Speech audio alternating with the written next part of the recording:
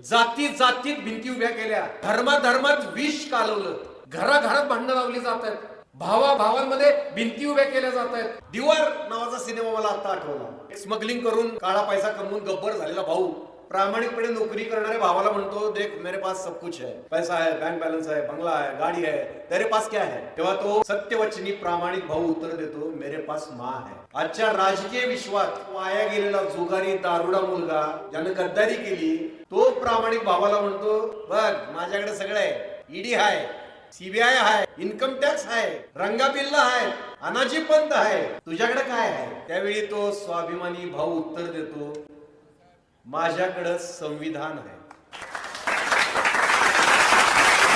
संविधान, या संविधानानं कितीही खोक्यांपेक्षा जास्त ताकद तुमच्या एका बोटाला दिली. पूर्वीची तुम्हाला गोष्ट माहिती असेल की बळीराजाला वामनानं डोक्यावर पाय ठेवून पाताळात